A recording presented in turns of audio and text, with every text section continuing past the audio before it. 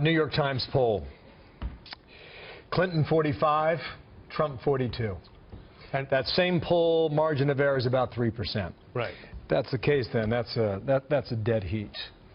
We're trying to put all these tea leaves together. Sure. We're trying to read the data. We all do it every hour of every day now, and will for the next 5 days. What do you think happens on Tuesday based on what you read? Well, I've read all the polls. In addition to being a lawyer, I practiced polling for 40 years. So right now, I'd say she has a very, very narrow and shrinking lead, about 2 points in the Real Clear Politics average. The swing states, as we've seen, are all tightening.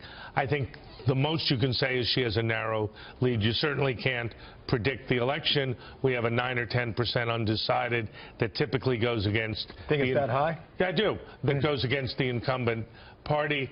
And we have a dynamic situation, Bill, as you suggest, with all these revelations coming. One thing we can say politically, they're not good for the Secretary of State. Even before we saw this latest couple of bombshells on the FBI investigation, there were massive and are massive realignments happening across the Western world, certainly here in the United States.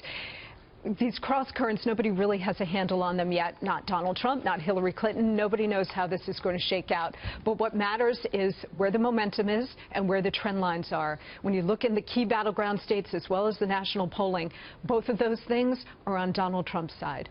And I see it. Does he have the mo? Do you think that there was a shift perhaps this past Tuesday that started to sink in? I do. The problem Donald Trump has is that because of the way he's conducted his campaign, his base, as you were suggesting in the last half hour, is somewhat more narrow. He's got troubles with younger voters. He's got troubles with college-educated voters generally and women in particular. So it's not clear to me that the momentum will continue, but at the very least this race will go down to the wire. Some of the more recent polling, though, Fox News polling and others, shows that he is, in fact, narrowing the gender gap, especially with women, and that he has real openings elsewhere, particularly in the Midwest industrial belts. Which are tightening. Monica's right about that.